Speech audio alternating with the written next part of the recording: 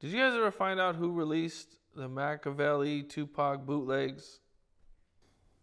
No, but I know for sure it had to be somebody that worked at Pacific Archives, which was the archives that controlled and had all our music. So it was somebody working there late at night that had access to our, because you used to have big reels. If y'all see inside the Tupac exhibit now that's on Bomb First, you can check it out if you haven't been able to go there and visit it. But they was on those big reels like that. So it had to be somebody that had enough time to go and convert that from the reels to cassettes or DVDs or CDs. And the only people that had access to do stuff like that were people working the graveyard shift at the Pacific Archives. So it was some little geeky white boy that made a whole bunch of money back then. I mean, because I think I even remember seeing like Machiavelli 17 It was that or many. something. Like I remember when 2 came out and it was in the swap meet. It was like, yo, this shit hard. To be this honest, shit is fucking bad. To be honest, that's how I put together albums. I used to go to swap meet, me and the realists. Go and buy the latest Machiavelli that came out or the CD that came out and be like, okay, let's go find this song. Let's go find this one. This is a hard song. That's how I put most of the albums out that came out, 3 years after Pac's death, or decided that this is a song we should have put out, or the ones that we shouldn't. That's how I knew C Murder ripped off one of Pac's songs, word for word, song for song, and try to call it a tribute, but you don't give the publishing credit to it. Ain't no tribute. That's a theft. But that's what C Murder and them did back in the day. That was crazy, word for word too. But Word for word. And it was an unreleased Tupac song. Correct. So it wasn't like it was a released Exactly. Tupac song. Yeah. So they was wrong. Yeah, definitely. Yeah. So I mean, I think everybody, believes the murder rap version of what happened with Tupac. Well, you still got a bunch of idiots out there. I read in the comment section, oh, he has something to do with the murder of Tupac. I'll be like, you little crazy, stupid little motherfuckers. I can't think of a more credible situation because, I mean, Keefe D was put in a situation where if he lies, he's going to go to jail for life. So Yeah. all you got to do is tell the truth and you good. Yeah, but So I can't really think of like but a you got more credible person to speak on that situation. Yeah, you know? that's what I said. Listen to Keefe. You don't want to believe Keefe, then fine. But they say, oh, well, LAPD made him do it. They want him to lie. LAPD was trying to solve the murder of Biggie. They didn't care about the murder of Tupac. That's a Las Vegas issue. So if Greg Kading wanted him to lie, he would have had him lie about Biggie's murder, not Pac's murder. Right, because according to Greg, they didn't even know Correct. that they were the ones They involved in wasn't Tupac's. even suspected of it at the time. I mean, they were suspected of it, but they didn't think he was going to cop out to that.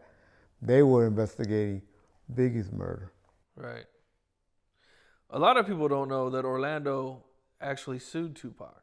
That's what they don't know. And people always say, I heard this idiot, this dude that get about 200 views that look like Uncle Fester, do a live stream talking about, yo, well, Reggie paid him Orlando $60,000. So ain't that just the same thing that somebody recently just got in trouble for?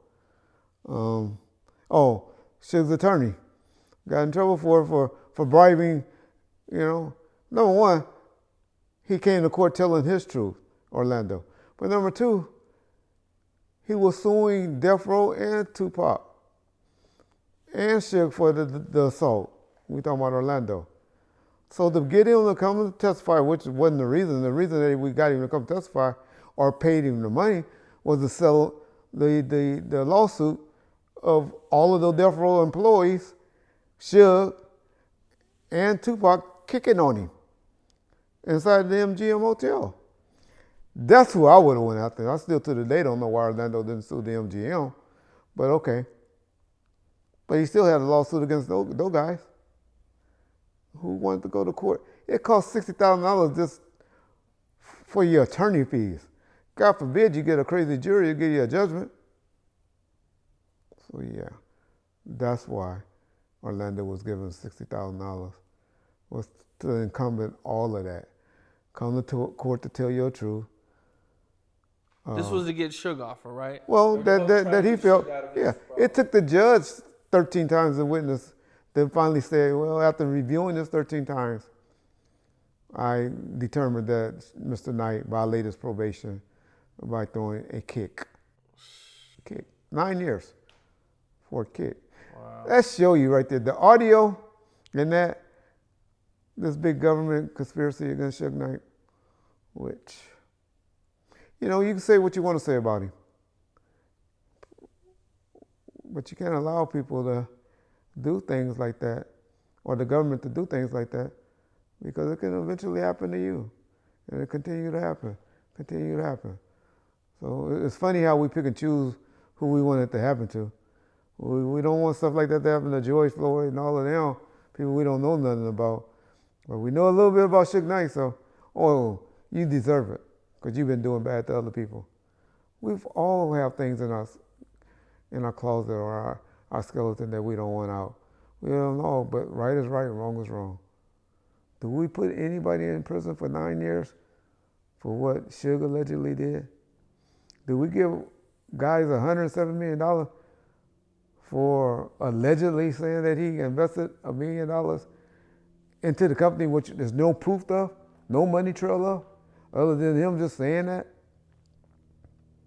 We don't know. But is that how the court system is supposed to work? Not in my opinion. Not the America that I grew up in.